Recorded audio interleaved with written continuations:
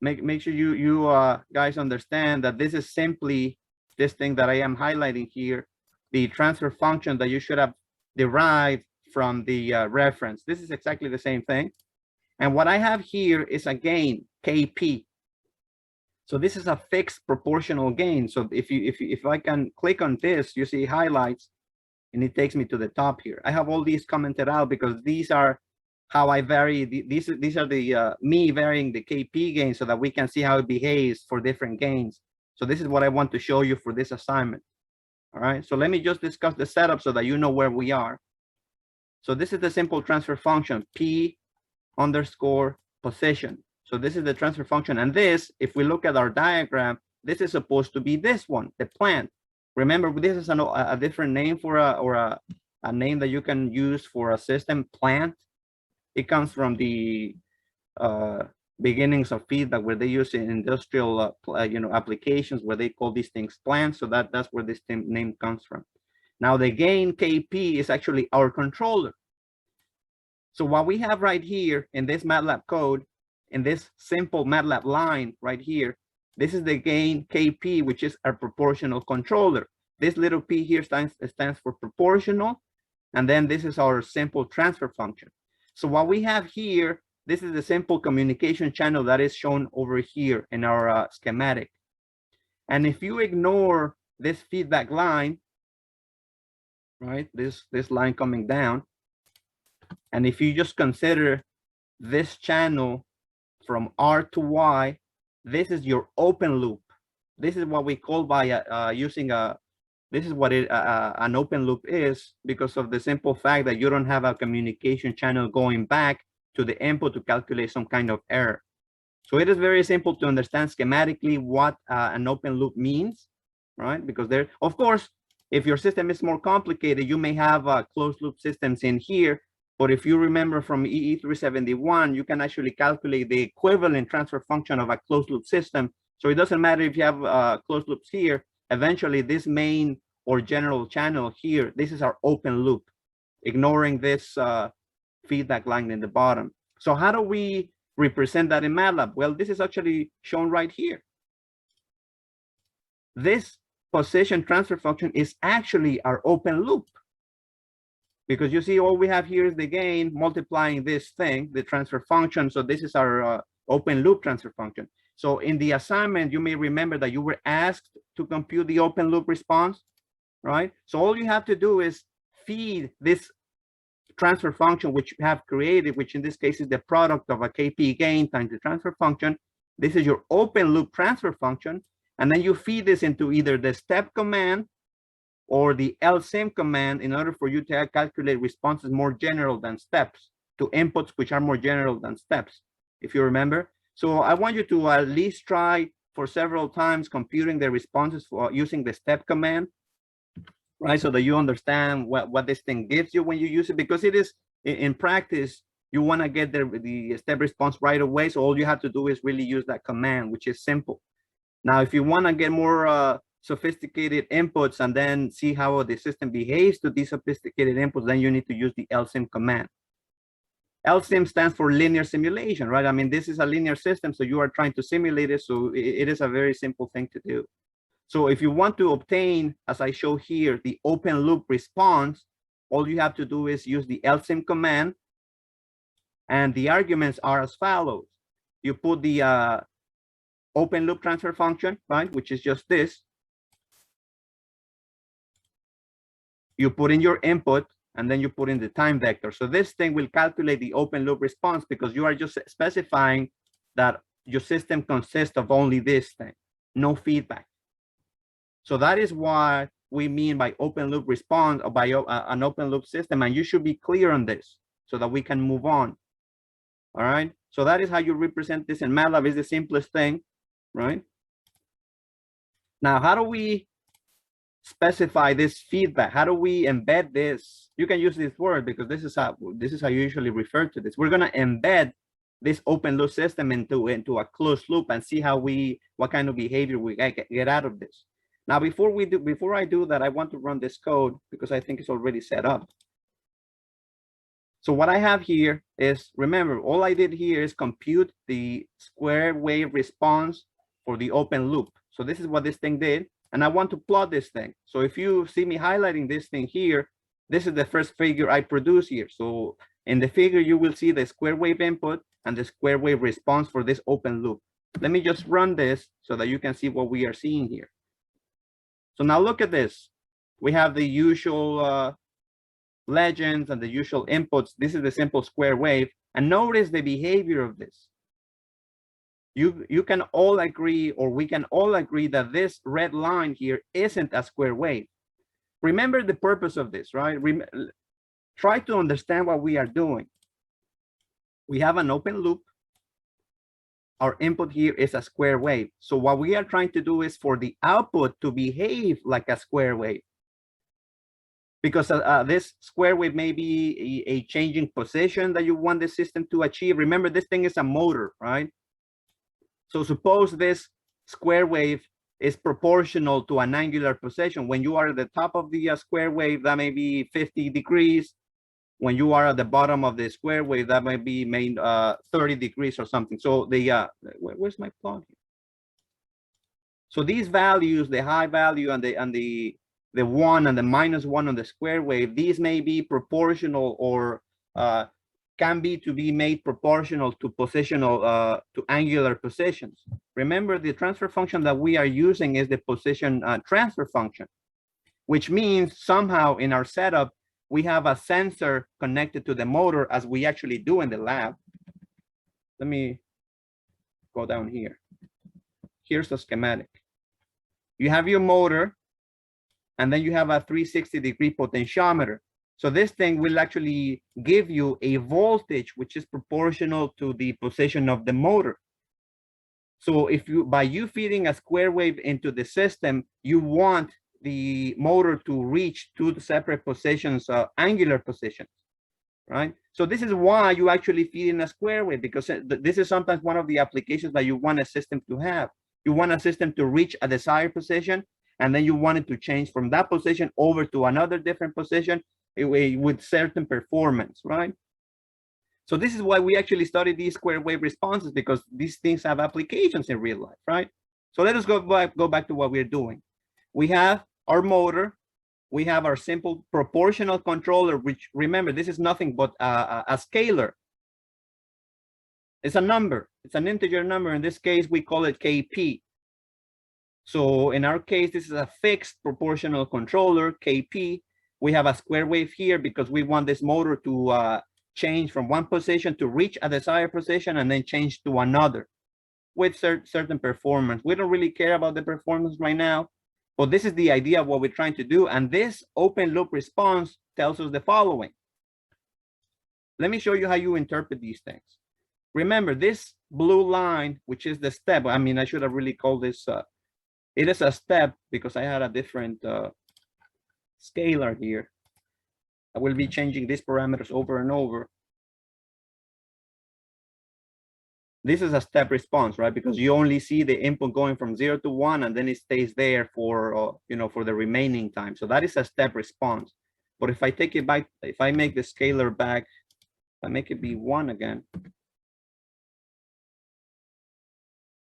This is the full response. We can see some periodicity on the input, and then we can see how the output is supposed to behave.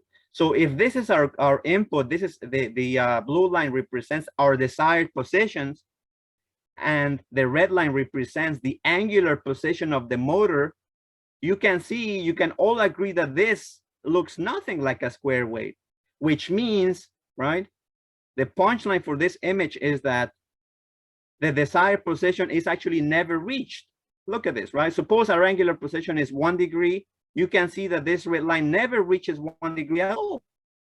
And then when you switch from 1 degree to -1 degrees, right? Or when you turn over to the other position by 2 degrees, right? You can interpret it as this, as this.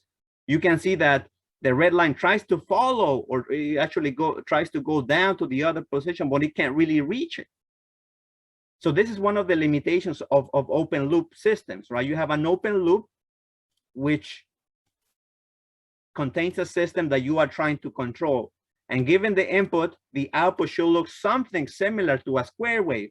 But in this case, we see one of the very simple limitations, one of the clear limitations of open loop, because you cannot really do this. You cannot achieve this with an open loop system. Hence the need for feedback. You guys will see that when you introduce this feedback channel, something very magical happens, because you start the system, you now have the ability to control the system in a more robust way for you to be able to make it reach your desired positions, as you will see in a moment. But this is what this chapter or this particular assignment is supposed to help you understand. And this is something that they touched upon the reference that I gave you, right? But here in our first assignment number 2, this is where we, as a class, we're going to start actually learning these concepts and see what they mean. All right. So you guys can try to play around with this, when you write your responses here, try to play around with the game. Remember that the system is this thing, right? This is our open loop, and we have this KP equals to 1. I think I have it in the response, right? KP is equal to 1. You can try to make it 5, 10, and 15. Let us try to see what happens when KP is equal to 15. When I do this, I just increment the value of KP, which if we bring it down here, it just multiplies. Instead of multiplying the transfer function by 1, we actually have 15 here. So what this means, we have actually increased the value of the controller. And let us see what kind of response we get. Let us see how this figure changes. Remember, the blue line is our desired position, and the red one is the output, or the position that we get by having this kind of system. So if we just compute the response here, look at this thing. It is actually now overshooting, right? I mean, this is not even an overshoot. This is just an unstable thing, right? I mean, it can't really do anything. So you guys can see that even if we increase the gain, because that might be something you may be tempted to do, right? You may say, okay, for gain equals to 1, the output doesn't really reach 1, and then it just stays at a very low value. So, okay, do I try increasing the gain, see what happens? And you see when I went from 1 to 15, this is the kind of response you get, which is obviously not useful, right? Because if you want to reach these angular positions, then if you see this output, then you see that this is not a really useful system, right? So open loop systems have, a lot of limitations, and this is what you need to understand. And you will appreciate this even more when we actually see a closed loop system and see what this thing can do for us. So in my code, please try to make sure you keep track of what I'm doing here so that you don't get lost into. So I have, even though I have shown you the speed transfer function for this case, right? I will not be showing you how to plot these things in this particular code, but we just want to focus on the position transfer function, which is our open loop. Now, we know now how to specify an open loop system. How do we create a closed loop system? This is something that they also touch in that reference that I gave you. But what you do is you use the feedback command. You need to become friends with this command as soon as you can, because this is the command that you need to use in every kind of when you do coding in MATLAB for feedback. You need to understand this command so that you can actually use it and understand what it is actually giving you. So in order for us to create a negative unity feedback loop, which is what we want here, notice that there's no gain here. So you can think of this as there being a little box here, which is KF equal to 1. So this is a unity negative polarity feedback system. So let me just create it and simulate it and see how this differs from the open loop. So this is how you create it. Very simple. You put the transfer function that you want, and then you put this specifies that we want a unity feedback. This is what this little number is here for. Notice the setup, right? We have the simple proportional transfer function. We put it in the feedback command, right? Right here, we have a comma and then a 1, which specifies unity. By default, this will generate a negative feedback system. I will talk about what this means, negative versus positive, in a moment. But you need to make a note that when you put a 1 here, this will generate a unity feedback, a unity negative feedback loop. So this is all you need to do to create this thing. This is nothing very complicated. Now, the task really becomes understanding what this thing is actually showing you. So for that, we're going to move to our next figure. So I don't want to be overloaded with figures here. So I will comment this out and I will show you the next figure that comes in. So what will I show you in this figure? I will show you the square wave input, the response of the system for the open loop, and the closed loop response. You will see these three things here. And we're going to try to see how this actually plays out and how useful this is. But before I compute the response, I want to go back to KP equals 1. So I ran this. Let's see what we get. Look at this. KP is equal to 1, very small. You can see that for this particular gain, KP equals 1, the responses are not very useful, right? I mean, they produce the same useless behavior or useless performance, because you can all agree that neither the red nor the green actually look like steps or like square waves, right? This legend is a little bit off because of what I just said a little bit. This should have been a square wave response. All right. We know that for this particular gain, the responses are almost, exactly the same. Let us see what happens when we increase the gain. Let us go from KP equals 1 to KP equals 5.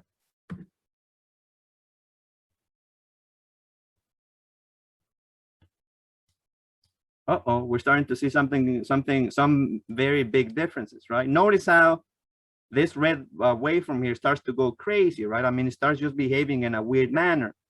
But if you look at the green one, which is the closed loop response, you can see that this is trying, or actually trying to get to the desired positions that we want. So in other words, the green one is starting to look more like a periodic waveform that has the appropriate values. It is not exactly perfect, right? But it is at least not as bad as the red one, which is the open loop. Let us try a bigger gain or a larger gain. Look at this. I think we're gonna look at this in an easier way if I do the scaling here. That's why I have this, because this is easier to see. Now that we know that we have periodic behavior, we can just focus on a particular interval here. So look at this thing. Remember that 1 is our desired position. Look at how the red one behaves. The red one just goes out of the screen, right? It just reaches a very high value here, or a really, really high angular position, while the green one, you see how it slowly, or it actually very quickly creeps up to position 1 or to angular position 1 here. It overshoots a little bit, but eventually, because of negative feedback, because of the feedback aspect of this system, it actually controls itself and is able to eventually stay at 1. Let me run this figure again, starting from the low values of the gain, so that we can see the difference here. All right, so this is KP equals 1. And I'm just showing you this is essentially the step response, right? This is what we are seeing here. Step response, even though I am using the LSIM command. So now this legend is perfectly correct because we have a step and the responses for open and closed loops. So now we move on from KP to K1 to KP equals 5. Look at this. The red one grows, but the green one starts to approach our step slowly, right? It looks like something that I said before, looks like the behavior of the capacitor, right? This thing should remind you of things you have seen before. Because if you look at the transfer functions that you derived, in there somewhere you have a second order, differential equation, which is something you started before, because you guys know how to do RCL analysis for circuits, right? Circuits that have capacitors and inductors and resistors, these are usually second order differential equations, which is what you have here. So this is something you have seen before, right? In other settings. So this is KP equals 5. Now let's do KP equals 10. I hope that you guys can appreciate the usefulness of negative feedback, right? Look at the red response, is just completely useless. It goes over the mark here, it overshoots it, and it never comes back down. On the other hand, the green one overshoots it a little bit right here, but then it recovers itself and it just goes back down to 1, and it stays this for all time, unless this thing changes, right? Let us try KP equals 15. At the same time, you guys should notice also something else. While the green one eventually reaches and settles down into the desired position, you will see that as you increase the gain, something else will come into play. So now this is KP equals 15. Can anybody tell me or describe to me what you noticed when I went from KP equals 10 to KP equals 15? Anybody? It oscillates. I mean, you don't, there's not really an oscillation here, right? I mean, what I was looking for undershoot. is, yeah, the overshoot, right? The overshoot becomes bigger. Yeah, and also there is a little bit of undershoot. Yeah, over here, right? Yes, correct. So you see, when you increase the gain, you know, not only are you making the response faster, because you guys see that this thing, this green line touches 1 at an earlier time than it did when KP was 10. So you have actually reduced the alignment, and we call this intersection here. When the output meets or crosses the input, we call this alignment time. Why? Because this is, at this particular instance of time, this is when the output and the input are aligned. So we call this alignment time. You may have seen these terms in your EE 371 for, you may have seen other terms like settling time. This is not the same as alignment time. Settling time usually means how long this thing, you know, the system takes to settle into the steady state. So that is, there's a difference between settling time and alignment time, which for our case, the alignment time is how fast or the first time that the output aligns with the input. This is the English way to say it, but when you're looking at the pictures, the alignment time is essentially the first time they cross. All right. Professor, can I ask a question? I know you're talking about position of the motor, but what position are you talking about? The position like where the armature is at a certain time? Yeah. So yeah, this is a very good question, because you will see in this in the lab. Very good. That's you, Adil, right? Yes. Yeah. Yes, ma'am. I know you. I know you. I know you from some from before. I took a class with you last semester also. Okay, so that's how I know you. All right, let me find this picture here. Very good question, because this you will all see this eventually. This is too big. I'm just skipping through this thing.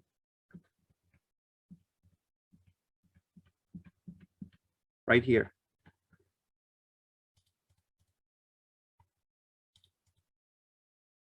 All right, so I lost the other page, but you guys remember I showed you the schematic where I have the motor and then I have a 360-degree potentiometer. This is this thing right here. So this is the sensor, which is connected to the motor, and this thing actually tells us where the position of the motor is. So you guys see this little arrow here? This is the 0 position.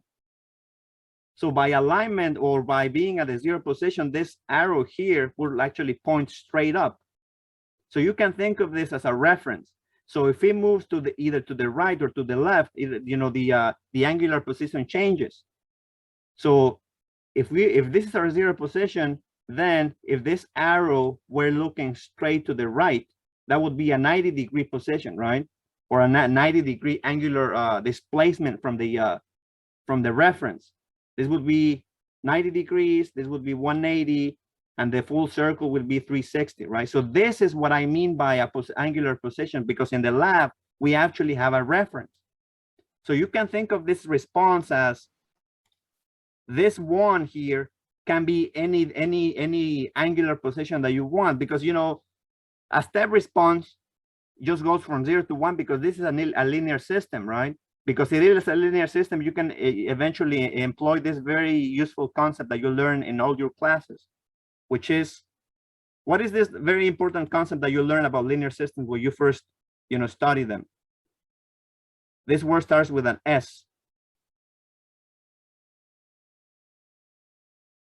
Superposition, right? Linear systems, you have superposition. So it doesn't matter, you know, we can actually make the step go from 0 to 5, from 0 to 10, from 0 to 90, from 0 to anything, right? But because this is a linear system, we can get away from just showing the behavior from 0 to 1. And due to superposition, we can actually see, we already know what will happen if we just increase this step, instead of going from 0 to 1, to have it go from 0 to any other value, right? So you can think of this one as representing either 10 degrees, 90 degrees, or something that we can agree on given the particular setup that we have in the system. So this angular position can be something arbitrary, unless you actually have the setup in the lab where we actually have a very specific quantitative or quantity that we can measure. So what this potentiometer does, it will give you a voltage proportional to the position of the motor. What does that mean? This zero reference will be 0 volts. This will be 1 volt. 90 degrees will be 1 volt. So this is the scale or the resolution that we agree on in the lab. And anything between 0 volts and 1 volt will be any angular position between 0 and 90 degrees. Now, when you get negative 1 volt, it will be minus 90 degrees, right? Because this thing just moves in the opposite direction, counterclockwise. But you see, this step response that we are looking at here, this is the general response that you would see. This one here can be the units of anything. It can be voltage, it can be anything proportional to a physical quantity. In this case, we care about, because of the setup, because our system, this is proportional to the angular position of the system. Does this make sense, Adil? Yeah, it makes perfect sense. Thank you. All right, so let's move on. Let's see what we have here. So that is the idea for the first part of the assignment. Where are we? A simple closed loop system. You will be asked to create this closed loop system and try to study how this behaves when you actually vary the gain. And this is something I just touched upon. So you will see this, and that is why I'm trying to give you this story so that you can actually focus on learning the concepts when you do your own simulations. Now, feedback polarity. I hope that you guys are now convinced that there is something useful behind negative feedback. Hopefully, when you actually get to play with these values on your own, you will convince yourself that this is the case. There is something unique and useful about proportional or about negative feedback closed loop systems. All right. What do we mean by a negative, by a positive feedback loop? Let me close this. Let me comment out the second figure. And this is how you create a positive feedback loop. You use the same feedback command, but instead of putting a positive 1 after the comma, you have now a negative 1. So what this negative does, it negates the negative that you have in the system at the very beginning, because this feedback command assumes that you have a negative 1. Where is my oh, right here. When you use the feedback command, you have a negative 1 or a subtraction at the input. That is what the default value for the feedback command is. So when you put this negative 1 after the comma, as I do here, you are actually negating this negative 1 right here, and it essentially becomes a summation, which is essentially what we call positive feedback. Let us see how this behaves. We know how to create it now. We know how to produce any response that we want. So we use the LSIM command. We put this positive feedback transfer function in there. We have the square wave input, and we have the time vector. Similar things. So let us see what we have here. So what will I compare here for you? I will compare the step response for the closed loop system, which is the negative one, the negative response, and the positive feedback response. Let us see what we get here. I think I need, where are my gains?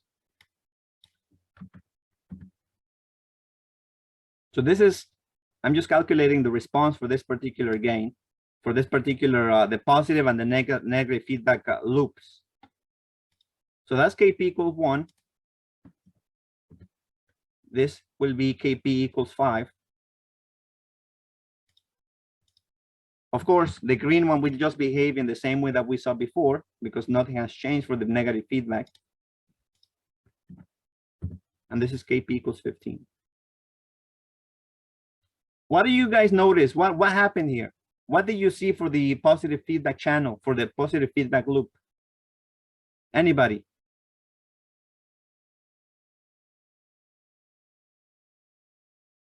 The positive feedback loop is, just does not behave in any useful way. This thing just blows up.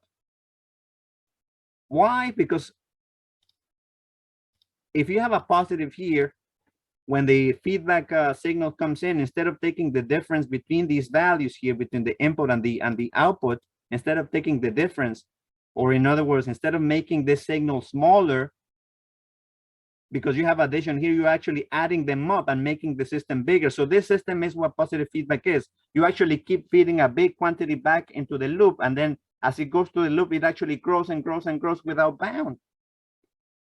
So positive feedback systems are unstable. These things generate nothing useful, as you see here. Notice how, as I kept changing the value of KP, this green line kept behaving in a nice way. But whatever I did for KP, for the positive feedback channel, whatever I did from 1 to 15, when I was changing the KP, this thing just was blowing up. So this behavior is even worse than an open loop response, because this thing just grows without bound. You guys know examples of positive feedback in real life, right? You've heard them before, you've seen them before, right? So this is exactly what is happening here. Instead of making the error signal smaller so that you can control the system properly, you are actually making it bigger because you are adding the quantities here. So positive feedback is just completely useless, and you have to understand where it comes from, right? And this is why in your electronics courses and your linear systems courses, you study the phase and the magnitude of the systems, because eventually, if you don't take care of this, a negative feedback system can become a positive feedback system, and then you are in trouble, right? So that it is very important that you understand the difference between a positive feedback channel and a negative feedback channel. A negative feedback, because you have this minus sign here, you take the difference between these two, or you subtract one from the other, and therefore the signal becomes small as it is fed back to the system. But if you have a plus sign here, which is a summation, you have positive feedback, and then you are just making, adding quantities together and making them bigger. Therefore, the system just blows up. There's nothing useful about positive feedback. And I want you to play around with this, changing the values of the gain so that you can convince yourself that this positive feedback loop gives you nothing useful. You can even take care of this. You may not see this right now, right here, because I keep constraining the axis. But what if I take care of get rid of this? Look at this thing. This is the response that you will get if you don't put these axes here. So that is why I constrain these, but it will be very informative for you to actually see this response without constraining the y-axis, so that you see exactly where this goes. You guys remember what we saw for positive feedback? We actually saw something, let me see if I can show it to you here without the constraints, so that you guys see what I mean here. This figure 2, right? This looks something like what we saw before for the positive feedback loop, right? But this is different. Why? How do you know that? If you remove the constraints for the y-axis for this figure, you will see that this thing just doesn't blow up. This is the figure 3, and this is the other one, right? You see the difference between these two? This is 18, right? This is 9 to the 10 to the 4th power. So you see this thing is an exponential growth, that it just keeps blowing up. You will never get anything useful out of a positive feedback loop. So this is what this assignment is meant to convey to you, for you to understand that positive feedback loops is something to stay away from. And this is the reason why in your classes you study the phase of these things, the gains, so that you make sure that your negative feedback loop doesn't become a positive feedback loop. That's why you have these margins and all of these things that you study, because this is important. I mean, this is real life, right? So this is, let me go back to my code. I'm almost done here. So this is the positive feedback. You will, as you go through this assignment, you will realize what the difference is, and so that you can start seeing the differences, and so that you can actually start realizing how useful this is, and when to recognize whether you have some kind of instability in your system, or whether you have a closed loop positive feedback channel, which is something you don't want to have. So this is where you actually start comparing these responses on your own, playing with the gains. So this you can actually see on your own. This is very easy to see. If I can show you my responses here. Do I have a task 3? Yeah. So I have the task 3. Let me comment this out. Do I have a, I think I need to remove these. Yes, task 3. Now in this case, we focus on the step on the square wave responses. Again, this thing is a little bit off, right? Because it doesn't show this. This is supposed to be a square wave, right? So now that we understand this general behavior of the system, you're going to start to focus on what happens when you, you're focusing on the actual overshoots that you get from changing the gains. So this is what as task 3 is. You will get this kind of response or something similar to this. You will vary KP. Notice that KP here is equal to 5. So you will vary this and you will try to describe qualitatively what you see in terms of overshoot, in terms of alignment time, in terms of settling time. You will see some responses similar to this, but of course, you have the freedom to change the axis here, to play around with the axis so that you can get the full story behind this, right? I cannot just, sit here and give you all the values here and go through these values, because eventually you have to do this on your own so that you can convince yourself of what is really happening when you have the overshoots. So this is something we saw before. For negative feedback systems, increasing the gain may give you better responses. But you have there's a caveat, right? Because you cannot do this indefinitely. You cannot keep increasing the gain and expect to get even better and better responses. Eventually, there's a limit to this.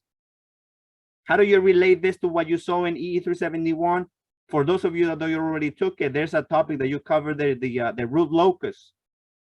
It's a beautiful thing. When you go through this thing, you will realize that, whoever came up with that thing is just on another level. Anyway, the root locus, you will see that for very specific low values of the gain, your system may be stable, or it may be something that looks like a negative feedback channel. But when you increase the number or the value or the gain or the value of the controller past a certain value, the poles become, move over to the right-hand side of the complex plane, and then you get instability, right? So this is something that can happen, and that is why you study the root locus, because you can apply to systems like this that we are seeing and know, you can actually find out mathematically, analytically, or quantitatively when the instability will occur. So all of this that we are seeing here has basis in theory, which is why you take EE371. When you come here, you try to apply these concepts, make the connections, and try to see whether you understand what you can do with the gains that you have. So this thing that I just said, when you play around with the gains, try making this, big, maybe like 1,000, so that you can see what happens. And this brings me finally to the task number 4, the effect of gain on stability. And this is something that relates to what I just said about the root locus. So here, you will play around again with the values of the gain, and you will try to increase this KP as high as you can, and you will see what happens here. Do I have the setup right here to show you this? Yeah. So task 3 is very simple. I mean, it will just require several plots for the different values of KP. You can do a foliation here, as I discussed last time. If you want to have everything be in one figure, you can do a foliation, or you can do subplots. You can do there's several ways for you to represent this data. This is where you will get the most responses out of on task 3. So you will have to run this code several times so that you can understand what is happening here. So now for this,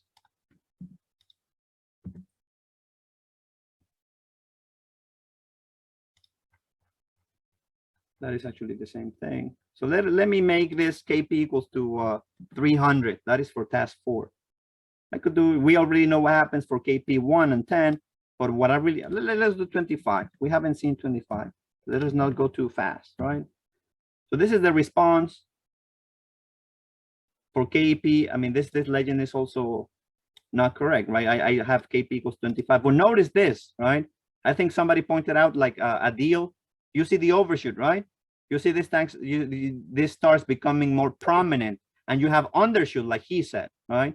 And then some more overshoot. So you see that for higher gains, your system starts to behave in a not so very it starts giving you not very good performance, right? You can imagine this, right? You can, by looking at these responses, you can imagine this system being, for example, an elevator. Imagine you were inside an elevator, which an elevator has, a closed loop negative feedback system so that it can control the speed of this. You can think of this as the elevator janking off from, jerking off from the rest position to a very high speed right away. You guys wouldn't like, riding in an elevator like that, right? So elevators have a kind of different performance where you don't have this much overshoot, because if you did, it wouldn't be a very comfortable, elevator ride. You can think of this as a, you can make the connections of what we see here into general systems for in real life, right? Because the elevators have a motor. The motor moves the thing, right? Imagine this thing not behaving in a suitable way for us to ride in it. This is what you're seeing here. So this is Kp equals 25, Kp equals 100. This is what it is. Look at this thing. Now we start seeing something that somebody pointed out before. What is it? Is the person there still? Somebody said something before. Yeah, it oscillates and it's Yes. unstable. When the gain is too high, you start introducing these oscillations, right? And then eventually this thing becomes useless. Look at this value of 300. Look at this thing. Of course, this thing doesn't end up at the appropriate axis because I removed the scaling. I mean, I removed the constraints for the window, right? But if I put them back in, look at this thing, Kp equals 300. This is just absolutely nonsense, right? You see how it goes unstable here. It grows unboundedly. All right. So you guys can, one of the punchlines or one of the concepts that we are after here is that gain is good for within a particular interval, right? When you have too much of it, you get something like this. Look at this response. This is just completely unstable because Kp equals 300. The closed loop can't handle this. So you guys start seeing here, this thing goes up to 1, it goes past 1, and then it just starts, the oscillations keep increasing over and over. Eventually they just blow up. You see, the only thing I did was make this gain 300. I did nothing else. I did not change the system. I did nothing, right? So if we go back from Kp 300 to Kp equals 1, so that we can close the story here. Look at how innocent this looks, right? And look at how useful Kp is when it is 10. You have a nice behavior, right? Look at this. You may say, oh, this is a very good system. Okay, it gives us nice appropriate performance. But when you play around with the gain, you will convince yourself that you have to be careful what you put in there, right? In this class, we will not do mathematical analysis for this thing because this is not the setting to do that. But you can actually do the mathematical analysis for this to tell you exactly what gain will give you instabilities here. Again, we are after more qualitative descriptions of what we see here, so there will never be any need for calculating specific numbers here. Of course, nothing is stopping you from doing that in your report, right? As I will show you now. So this is the story here. This is what I will do for you every time I introduce a new assignment. I will show you the code, more or less, of what you're supposed to write for the assignment. I will go over the idea so that you can, whenever you actually sit down to compute these things on your own, you can have a more or less an idea of what you're looking for, so that you are not confused, so that you are not struggling with the MATLAB. I want you to focus on the concepts. All right, so this is your task for next week. Hopefully you guys will have fun with this so that you can understand the usefulness of negative feedback loops, which is what we are after. Of course, you may be asking, why is this? You may have noticed, right? I told you that this is just a simple number, but you guys can see where we are headed, right? Can you not? Remember, the goal of the class is to go after the PID. Eventually, we will introduce integrators and differentiators in this controller, but we have to start somewhere, right? And the basic is, the simple thing to understand is for you to see how a simple controller feedback loop behaves. In this case, Kp will be a fixed number, and you guys can see that this has a lot of interesting behavior. And this is the goal of assignment number 2. And this is what I mean by eventually building up to the PID, because this fixed proportional controller is the P inside the PID, which stands for proportional. We will start studying the concepts one by one individually, and then eventually we will bring everything together and it will make beautiful sense as long as you understand each part. But you will also see that when you have several parts, individually, when you put them together, you will get even more things that you didn't see before when you were actually implementing these things individually. So we're gonna get there, and this is what we're after in this course. All right. Are there any questions about more or less what you need to do for assignment number 2? I have a question about the transfer functions. Yes, go ahead. Can you go to figure 1-9 in the manual? 1-9, 1-7, 1-8. Yeah, that This one. Go ahead. In the transfer function, do you not Yeah. have to include the effect of the taco generator and the mechanical reduction? Yes, but I mean, in real life you do, right? Because you have this is a very small DC motor, which spins very quickly. So in order for these sensors to actually catch up with these very high speeds, we have to include this mechanical reduction. So when you are studying the system in the lab, it becomes much easier because you can adjust for these real life effects in the using the controller. But in the MATLAB, it would be ideal for you to be able to include them, but it will just make the program too difficult for us. Because now, if you want to do this and include the effects of the taco generator of the sensors, the effect that the sensors have on the system itself, then the system will be highly nonlinear for this particular case. So you do not have to include it in the particular first assignment that we have here for this class.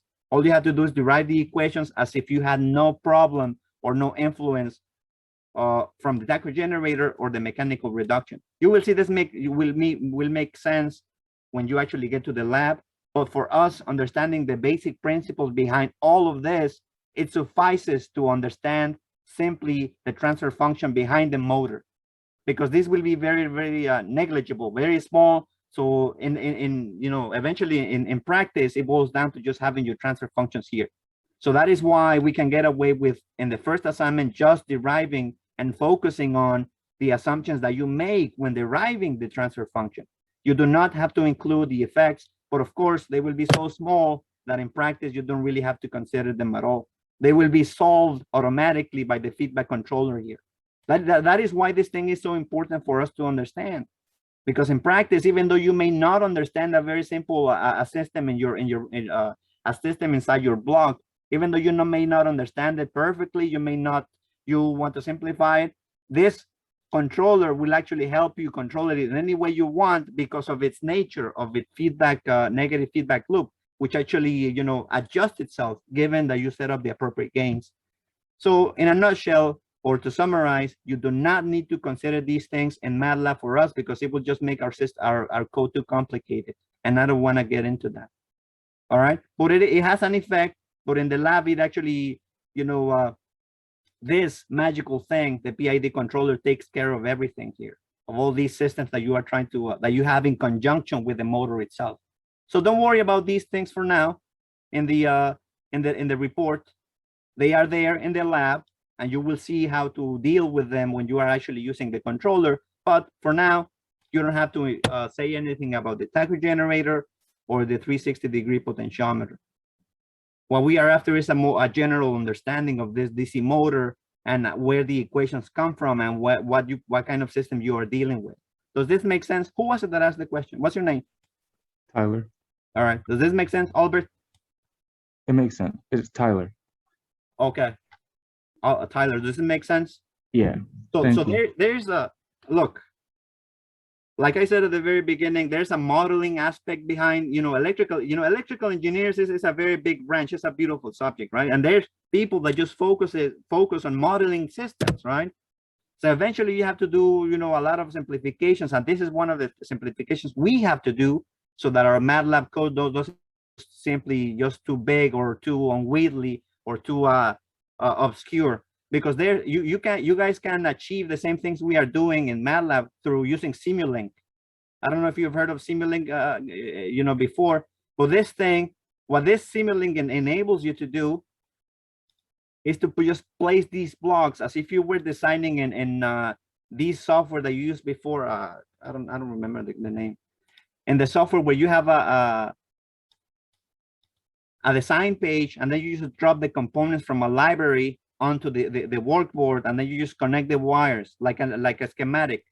Multisim? Right? Yeah, exactly, multisim. If you remember your experience with this thing, you had a library of components and then you just drop them into the workboard. You make the connections with some of these wires and then you just let the simulation run. You can do that with Simulink. But the problem with Simulink and my criticism against it is that you cannot really see what is going inside, what is going on when you actually do these simulations, right? So that is why I want to stay away from Simulink. But if you're interested in actually accounting for this and in the making your system more manageable for simulation, and you want to get into the real effects of these things in there, you can try your Simulink. It would be probably the best, easier step if you want to get into this, you know, after we understand what we are trying to do here. So don't worry about including these effects in your report. If you didn't, it's perfectly okay. The goal of assignment number 1 was for you to understand what equations you will be dealing with. So Tyler, this brings me into discussing assignment number 1. So hopefully all of you have submitted your report already so that I can show you what I'm going to show you now.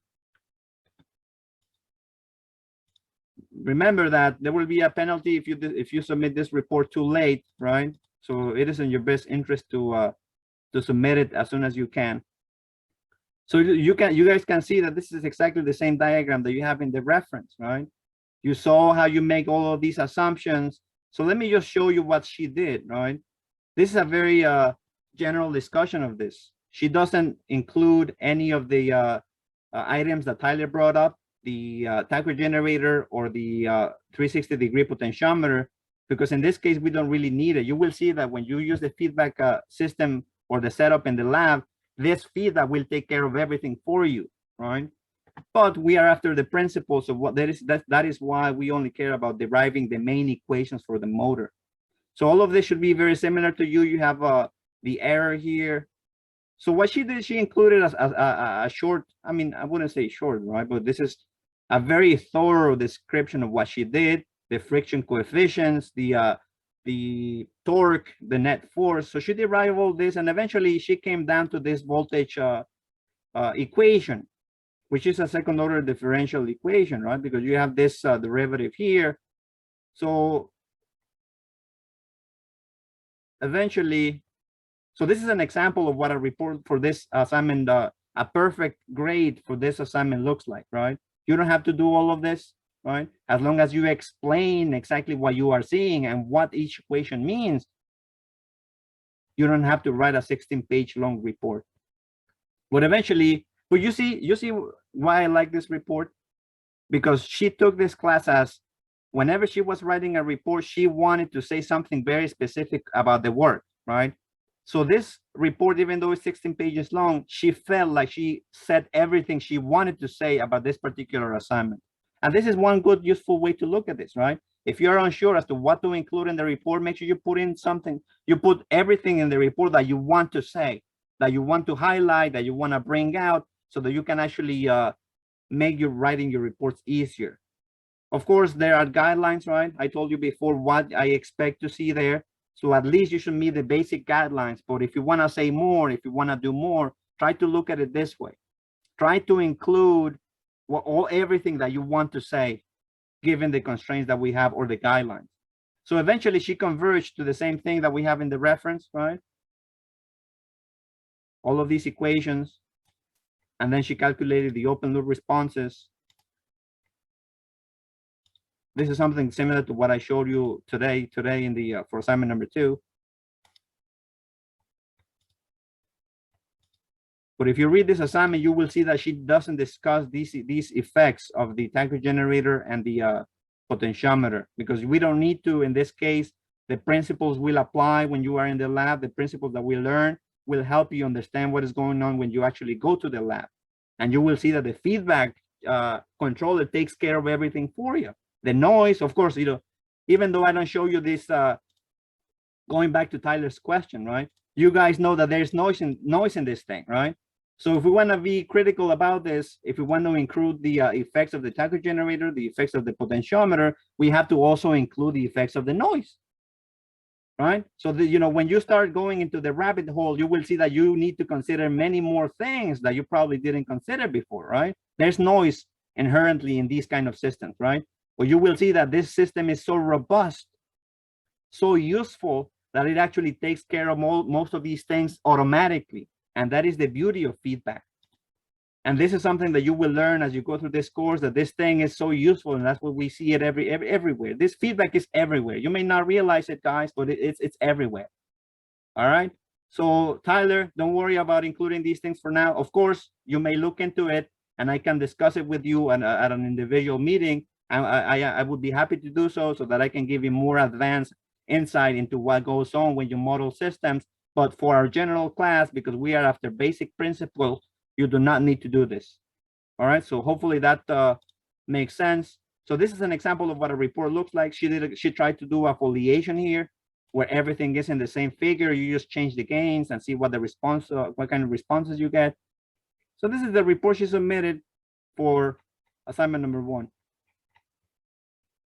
It has page numbers. It has references. I mean, this is nothing short of a perfect grade. I mean, this is a, all right. So this is something I wanted to show you. If you have any questions, you should let me know, and so that I can help you. All right. Hopefully the idea or the story, every time I introduce a new assignment, I will try to give you a story of what we are after. Hopefully I did that today for each of the tasks, so that when you sit down, you know exactly where to go and what to look for. All right, I went through all of this. Let me just make sure I said everything I wanted to say. Does anybody have any questions? Anything about what I said today or last time?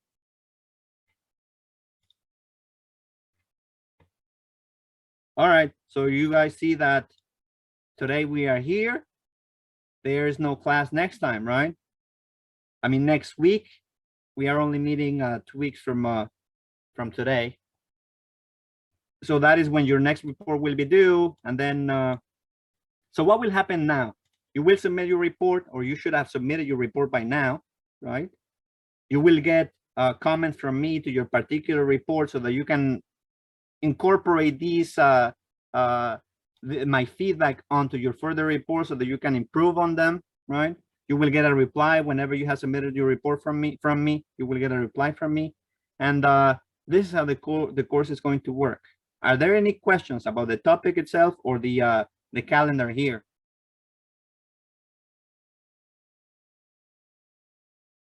So we're good. We know what's coming. All right. So if you don't have any questions, I will end the meeting now. Let me see who's here. Don't leave just yet.